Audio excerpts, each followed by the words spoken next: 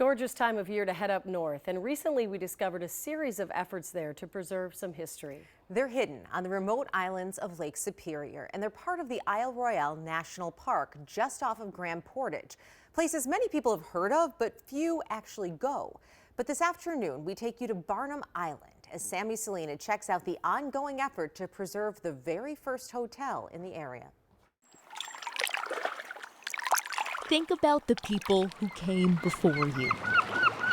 Grandparents, great-grandparents. 1880s or 90s when tourists were finally coming up the North Shore. Tom Johns thinks about that a lot. My great-grandparents came here in the 1860s.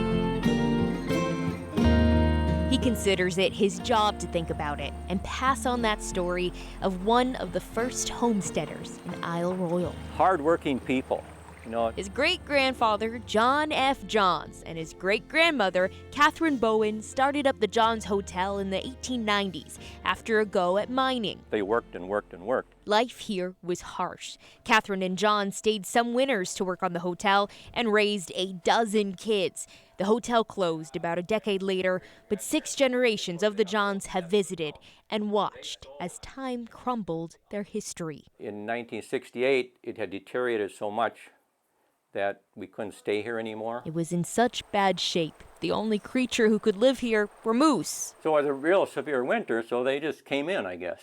I didn't open the door for them, but...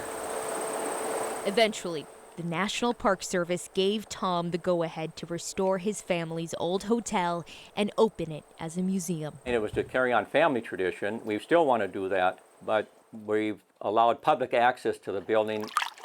Just like all parts of Isle Royale, it's hard to get to, so John only gets to share his love of the place with about 3 dozen visitors a summer. The other day somebody came and they were just looking at those hooks. And Tom doesn't exactly know if anyone else in the family will keep it up. They're married now and they're out doing their own thing, you know, their own life, but they've been up here, you know.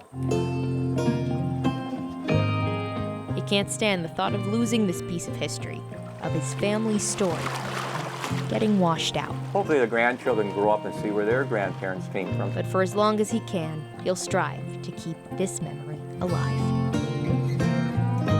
Sammy Salina, KARE 11 News.